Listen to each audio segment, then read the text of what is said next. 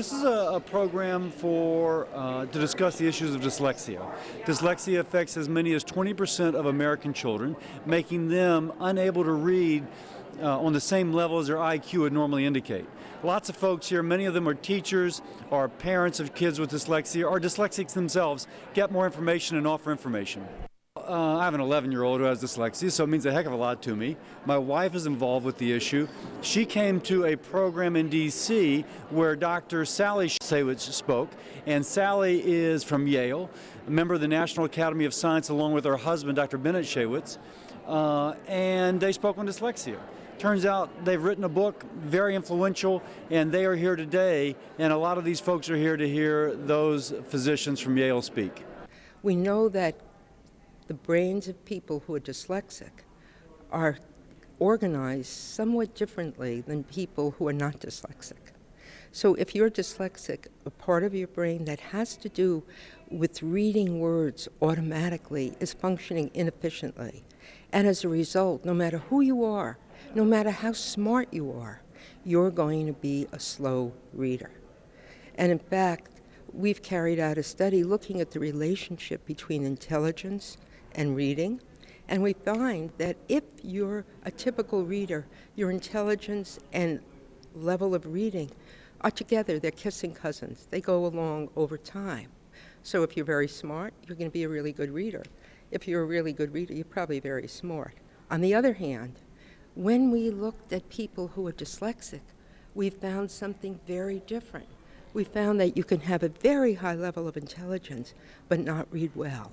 So there was a disconnect between intelligence and reading, and that's why we say the hallmark of dyslexia is an unexpected difficulty in reading, where intelligence can be very high and reading much lower, particularly the ability to read automatically. So because we know that dyslexia reflects a difficulty getting to the sounds of language, we can predict what the symptoms are. One of the earliest symptoms of dyslexia is a difficulty getting to the sounds of words. So what happens? Children have delayed speech. They have trouble pronouncing words. They might not notice rhymes, because to notice a rhyme, you have to focus on a part of the spoken word, like the at family, mat, cat, sat. Children who are dyslexic, no matter how smart they are, may not notice that. As they get older, people who are dyslexic, as they get older, I don't mean old age, but as they get older, as children and young adults and then adults, they have problems with word retrieval. This is really important, because what happens is a person who's dyslexic may know what they want to say, the ideas in their head.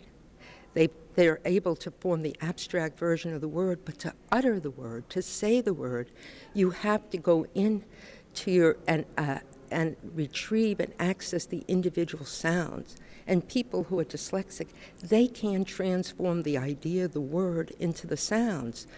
And you need to do that to utter the word. That programs your tongue, your lips, your palate to shape and form the word. So people who are dyslexic have the idea, they have the knowledge, but they can't utter the right word. We need to change the culture of Louisiana education to be sensitive to the needs of these children. Again, 20% of our kids may not read as well as they can. How do we make it better? Lots of folks here are concerned about that issue. People who are dyslexic are often our most creative people in society. If you look around in any profession, you think, well, I wrote a book called Overcoming Dyslexia, and the last chapter, I called it A Person Like That, where I wrote about people who were dyslexic, and you wouldn't imagine they could do what they could do. And the first person that I wrote about was John Irving, the writer, who's extremely dyslexic. Richard Ford, the writer, is dyslexic. The great film producer, Steven Spielberg, is dyslexic. Philip Schultz, who won a Pulitzer Prize in poetry, is dyslexic. He also has word retrieval problems and is anxious. Carol Greiter, who won a Nobel Prize in Medicine in 2009, is also dyslexic.